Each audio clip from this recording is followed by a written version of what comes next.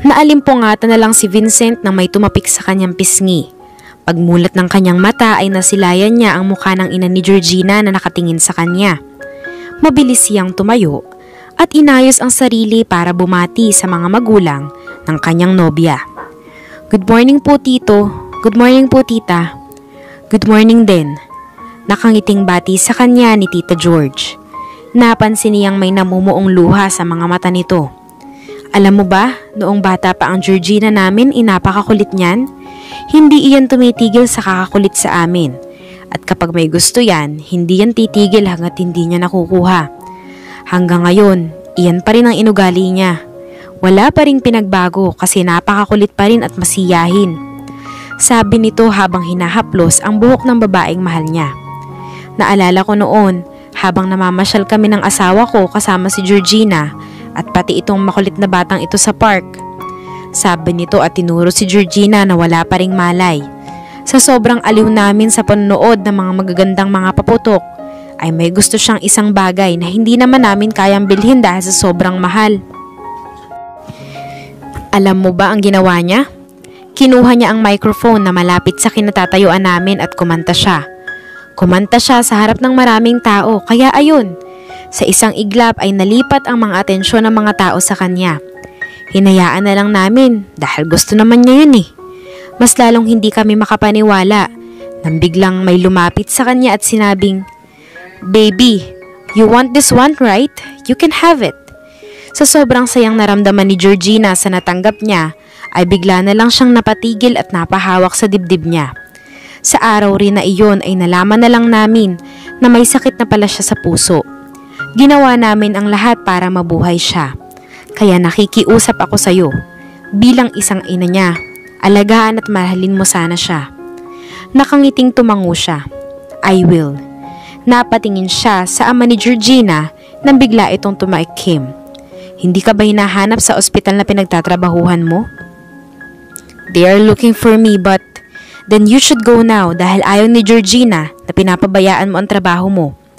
Pero aangal pa sana siya nang unahan siya nito. "Vincent, I appreciate na binabantayan mo ang anak namin. Pero sana maisip mo na nandito rin kami. Kami na muna ang bahala sa kanya.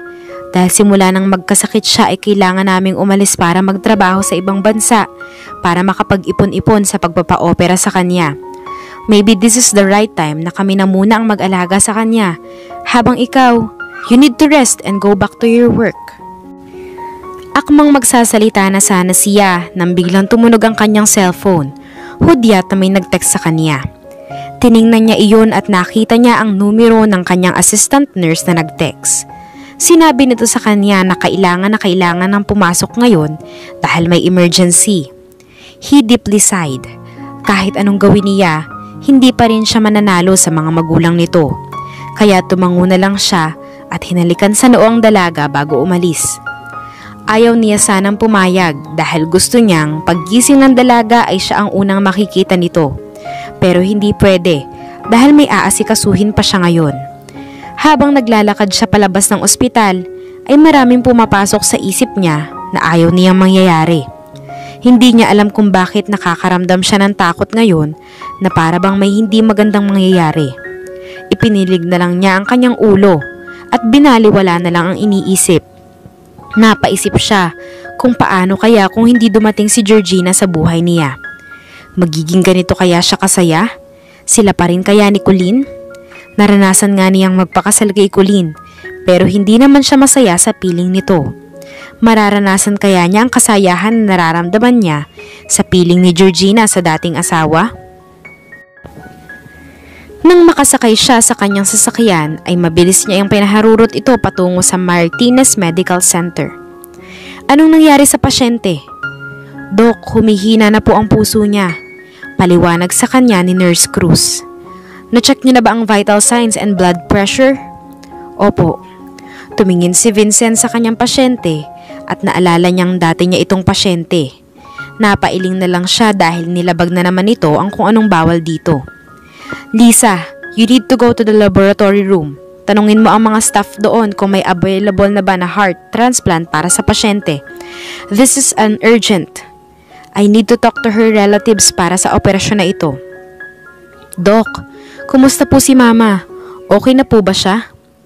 Miss, kailangan ng operahan ng mama mo dahil malaki na ang pinsala sa puso niya. To tell you frankly, she's in a critical situation right now. Ano bang nangyari? Diba sinabi ko sa inyo na hindi siya pwedeng mapagod? Higit sa lahat, hindi rin siya pwedeng makaramdam ng sobrang saya at lungkot. Si Papa kasi, napailing na lang siya sa sinabi nito. Kailangan na maging handa kayo kung anong mangyayari sa ina nyo. Umalis na siya at saka pumasok sa OR. Nagkatinginan sila ng kasama niyang doktor at kunot noong tiningnan si Lisa na hinihingal dumating. What? Magkasalubong ang kilay niyang tanong sa assistant nurse niya. Sinimulan na niya na dapat gawin dahil wala ng panahon para sa masayang pa ang oras nila. Nanganganib na ang buhay ng kanyang pasyente. Yes, Doc, pero hindi natin sigurado kung compatible ba. Tumango siya sa sinabi nito. Lisa, dalhin mo na yun dito dahil sisimulan na namin ang operasyon. Humarap si Vincent sa kanyang pasyente at sinimulan na ang dapat gawin. Habang abala ang doktor sa operasyon, ay puno naman ng paghanga ang mga tingin na ipinupukol sa kanya ng mga taong kasama niya sa OR. Kitang-kita ng mga ito kung gaano siya kahusay na doktor. Hindi ang mga ito makapaniwala sa nasasaksihan nila kung gaano siya kahusay. Hindi ito makapaniwala na makakita ng mga ito kung paano siya magtrabaho at kitang-kita na may alam talaga siya sa kanyang ginagawa. Walang bakas ng takot na makikita sa kanya. Nakikita nila ang kanyang determinasyon at dedikasyon na mapagaling ang pasyente. Congratulations, Doc! The operation is successful.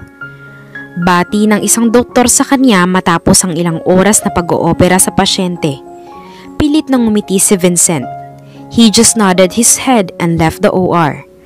Every successful operations, he becomes so happy, but now, he didn't feel anything. Being a doctor was giving him excitement and a thrilling feeling. Kapag nasa operasyon siya, palagi niya talagang ginagawa ang lahat para mabuhay ang kanyang pasyente. Gustong-gusto niya talagang makatulong sa mga taong nangangailangan ng tulong niya. Doc, si Mama, bungad sa kanya ng anak ng pasyente. She's fine. The operation is successful, but she's still unconscious. You can go to her room. Thank you, Doc. He tapped her shoulder and left. Pumasok siya sa kanyang opisina at inabalang na lang niya ang kanyang sarili sa pagbabasa ng mga files ng mga pasyente para hindi na muna niya maisip si Georgina na nasa kabilang ospital. He needed to divert his attention. Baka mabaliw pa siya sa kaiisip. Hoy! Napapukpok na lang ang ulo niya sa binata dahil walang pumapasok sa kanyang utak. Baliw ka na ba? Galit na sigaw ng kung sino mong pumasok sa opisina. Liv! Do I look mentally ill? Tumango ito sa kanya. Yes. Alam ko kung anong iniisip mo ngayon. Kaya kung ako sa'yo ay tumigil ka na dahil ayaw ni Georgina nagkakaganyan ka. Kahit baliw yon, alam kong mahal na mahal ka ng babaeng yon. Alam ko ring hindi susuko si Georgina para sa'yo. Kahit papaano ay napangiti siya sa sinabi nito. Tama, hindi siya pwedeng mawala ng pag-asa dahil lalaban si Georgina. Sana nga, sana nga. Mahal ko, bulong niya.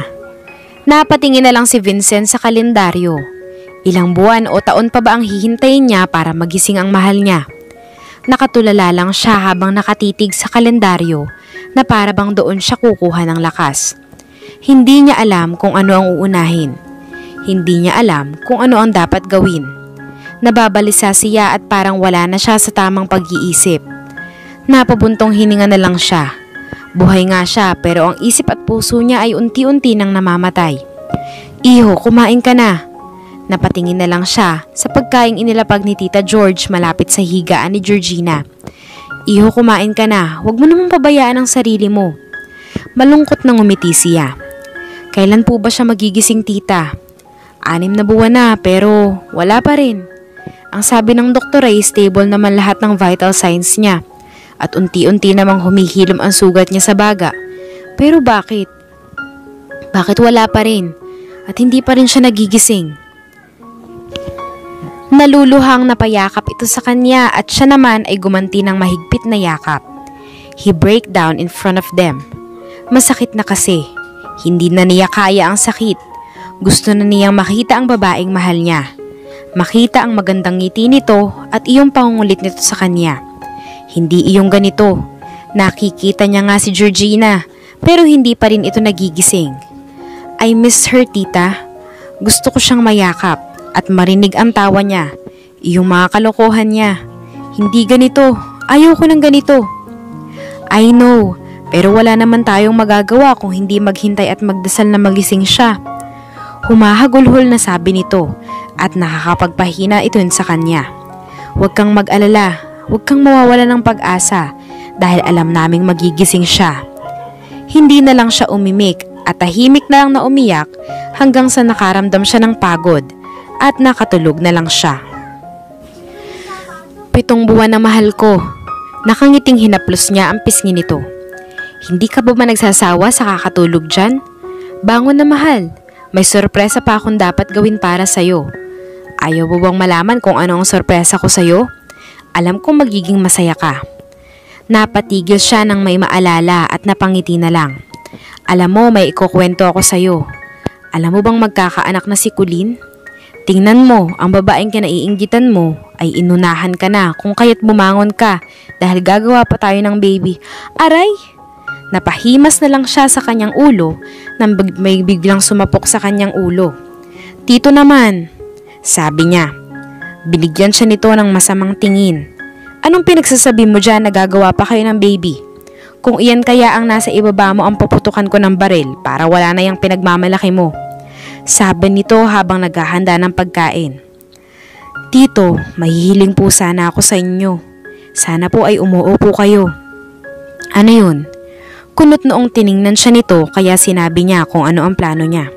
Seryoso? Totoo ba ang narinig ko? Narinig iyon ng ina ni Georgina. Opo. Oh my God, ito na talaga. Time has gone by so quickly. The time has been ticking. Every minute are days and months of waiting. Vincent has been waiting but nothing happened. All the memories they shared were already forgotten.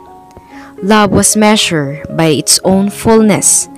How could Vincent feel the feeling of being complete if Georgina was not yet waking up? Maraming tanong sa kanyang isip. He was not sure kung magigising pa ba siya. Vincent looked up in the sky, smiled while his tears were falling. He didn't care anymore. Nagpasa siyang pumasok sa loob ng bahay. Simula nang maikasal sila ni Georgina sa ospital, agad siyang bumili ng isang private resort. Kahit may kalayuan sa trabaho niya, ay okay lang sa kanya.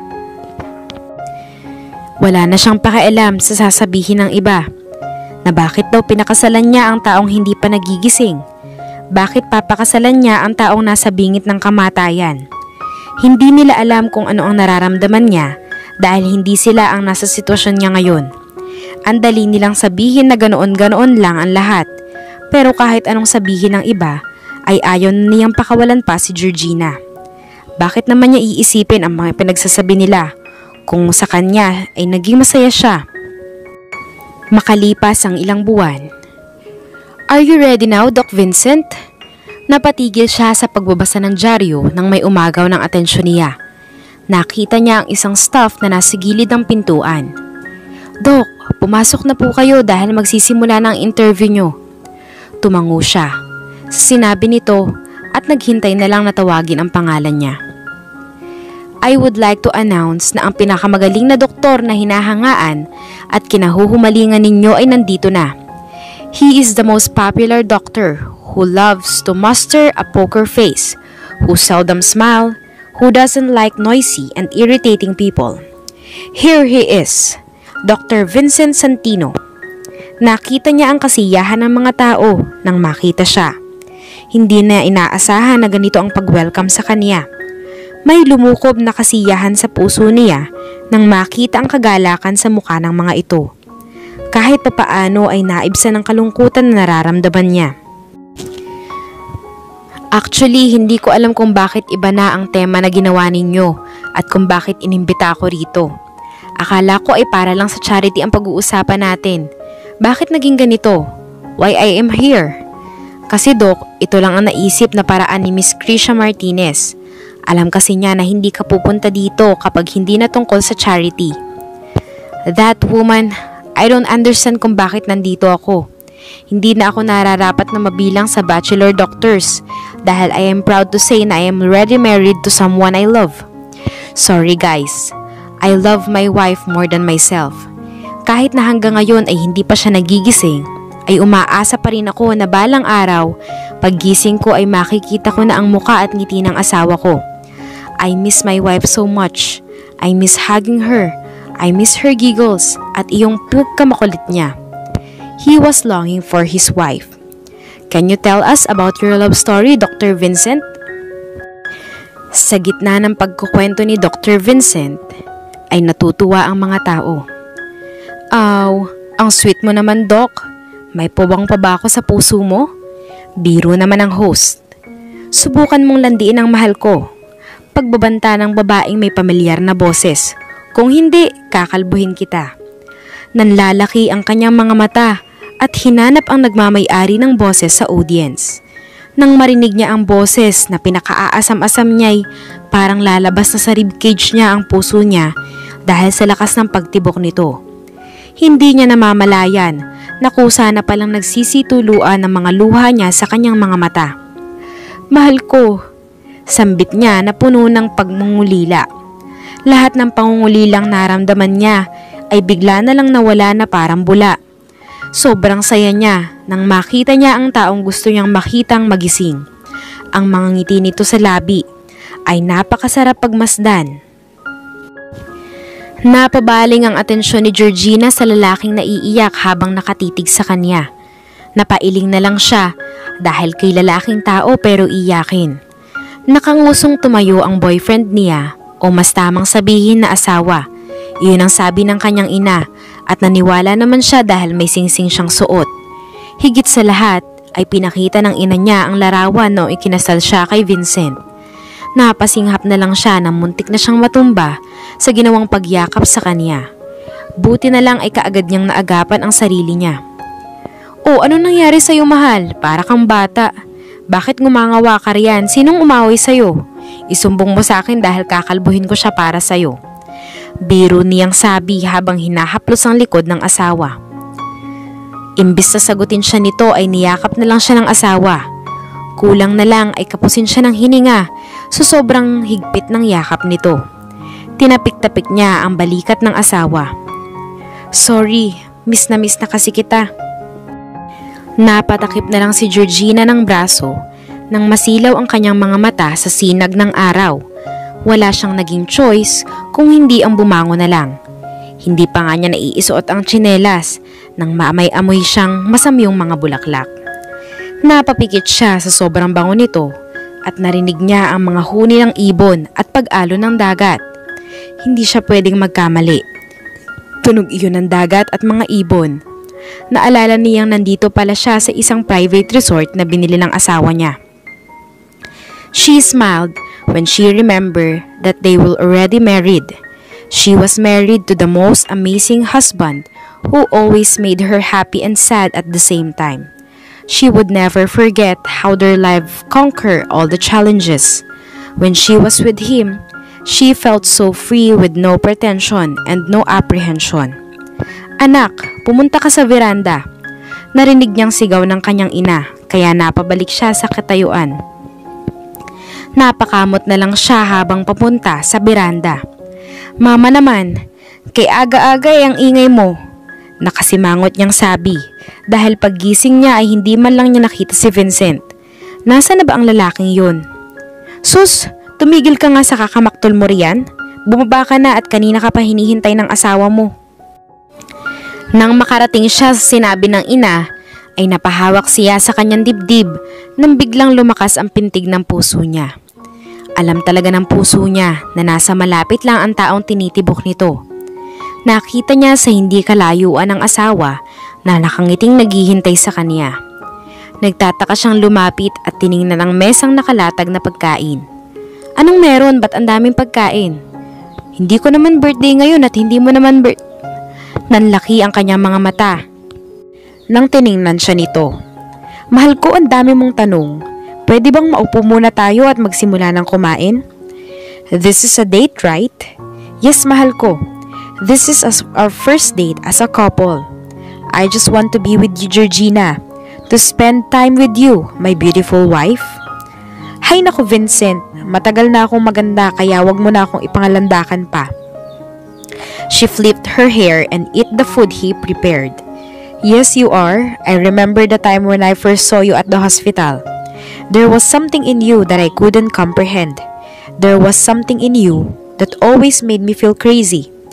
You are a beautiful woman that made me feel crazy one. Sa likod ng mahabang litanya nito, ay napasinghap siya nang lumuhod ito sa kanyang harapan. Georgina Almer Santino, will you marry this man who is kneeling in front of you? Are you willing to grant his wish to marry you again and make you happy? Napahagulhol na tumango siya sa asawa. Sinuot niya ang napakagandang singsing sa palasinsingan niya bago ito napasigaw sa saya. Kahit na nanlalabo ang kanyang mga mata dahil sa luha, ay nakikita niya ang kislap sa mga mata ng asawa. Ang halakhak nito ay nag-uumapaw sa sobrang kasiyahan na patuloy na lumulukob sa puso niya. He cupped her face and kissed her fully on the lips. It was a kiss filled with so much love and adoration.